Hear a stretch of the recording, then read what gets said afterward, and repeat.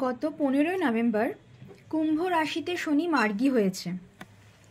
আবার সামনের বছর 2025, সেই 2025-এর মার্চ মাসে শনি রাশি পরিবর্তন করবে।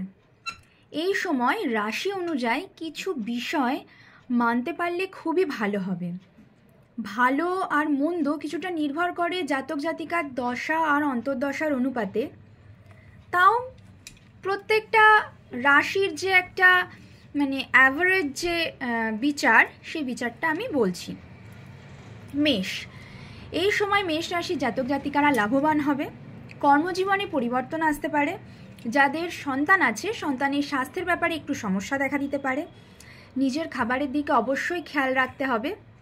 এই সময় ফ্যাটি লিভার বা হঠাৎ করে শরীরের জমা ফ্যাট, এইসব বিষয়টা শুরু হতে পারে।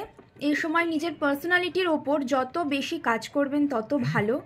এই সময় কাজের অনেক সুযোগ আসবে। ভেবেচিন্তে সেই সুযোগ কিন্তু কাজে লাগাতে হবে। তাড়াহুড়োর জন্য সেই সুযোগ হাতছাড়াও হয়ে যেতে পারে। এই সময় যোগাসন বা প্রাণায়াম যেটা করতে হবে, যেটা দীর্ঘদিন ধরে শারীরিক সমস্যা চলে আসছে, সেটা করলে শরীরটা নিয়ন্ত্রণে থাকবে। বৃষ রাশি, বৃষ রাশিতে কাউকে টাকা ধার দেওয়ার আগে ভেবেচিন্তে ধার দেবেন। খরচের দিকে সতর্ক থাকবেন। হঠাৎ কিছু টাকা খরচ হতে পারে।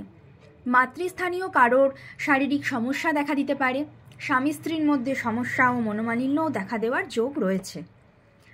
আপনি ঠিক বলেছেন বা আপনি ঠিক এমনভাবে কিন্তু কোনো সিদ্ধান্ত নেবেন না। মিথুন রাশি, ভাগ্য উন্নতি যোগ রয়েছে।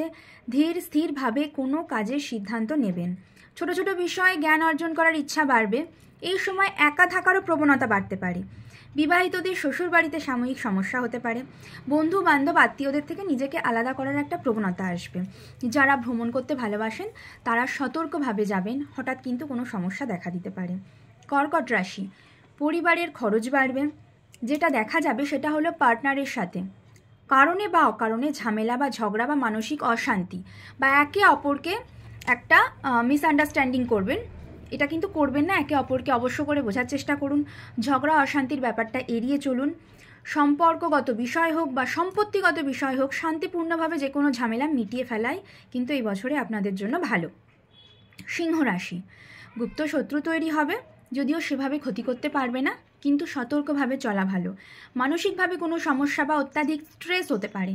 স্বামী স্ত্রীর মধ্যে আন্ডারস্ট্যান্ডিং যেন ঠিক থাকে, তা না হলে কিন্তু সমস্যার সম্মুখীন হতে পারেন। কন্যা রাশি, কন্যা রাশির এই সময় শিক্ষার একটু সমস্যা দেখা দিতে পারে। বুদ্ধির দ্বারা শত্রুর ওপর বিজয় প্রাপ্ত করতে হবে।